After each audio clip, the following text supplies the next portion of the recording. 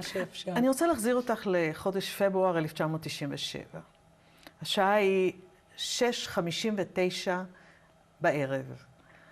יש ידיעה ששני מסוקים התרסקו באוויר. את בבית, מתכווננת לקראת הגשת הבחינה האחרונה בתואר השני שלך. ואת לא יודעת עוד כלום. ואחיך מתקשר ב7:45, כלומר 45 דקות אחרי, ואומר לך, קרה אסון, שני מסוקים. מה קורה לך אז? בשנייה שאחי אמר את זה, היה לי ברור שמועלם נהרג. ידעת שהוא אמור להיות? כן, זו טיסה שגם אני וגם כל שאר המשפחות של אסון המסוקים ידענו עליה. היא נדחתה מיום קודם בגלל מזג אוויר מאוד סוער. ופשוט בתוך הבטן שלי אין לי מחשבה על מקום אחר. נבטה מיד הידיעה שמועלם נהרג. מה עשית?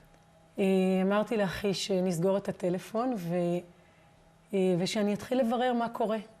וכשסגרתי את הטלפון מצאתי את עצמי, אומרת לעצמי בקול את המשפט שיהפוך בעצם למוטו בבחירה שלי.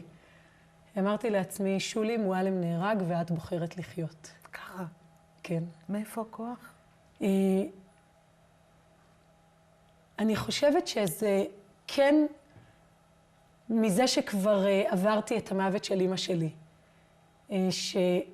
שלצערי, בניגוד למוות של מועלם, על המוות של אמא שלי לא אני ולא שאר המשפחה שלי, אנחנו לא מסוגלים לדבר.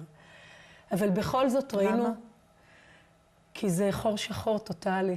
אין לנו שום מסוגלות להתמודד עם האובדן הזה בבאמת. למרות שעברו מאז 33 שנה. אבל כן ראינו את אבא שלי. ואני חושבת שהבחירה הזאת בחיים, אבא שלי מעולם לא הצהיר, בחרתי בחיים בניגוד אליי. אבל זה מה שהוא עשה. הוא נשאר אבא ל9 ילדים. זה מפתיע אותי, כי כשאת מדברת על אמא, העיניים דומעות. כשאת מדברת על מועלם, את מתמלאת בהמון כוח. תסבירי לי את הדיזוננס הזה. אולי ילדה בת 14 שמאבדת את אמא שלה, זה משהו לא יודעת אם אפשר להסביר אותו. ומועלם שהיה בצבא, את ידעת שזה עלול לקרות. לא, ממש לא. מעולם לא דיברנו על זה, מעולם לא חשבנו שזה יכול לקרות. פעם מישהו שאל אותי עד כמה אבסורדי זה היה. אז אני ככה אתן את קצה האבסורד. מועלם ואני ניהלנו 2 חשבונות בנק נפרדים, בלי להיות מורשי חתימה אחד של השני. ואז הוא נהרג ומצאתי את עצמי עם חשבון בנק שאומרים לי בבנק, תשמעי, אנחנו יודעים שאת אשתו, אבל פורמלית אין לך פה שום זכויות.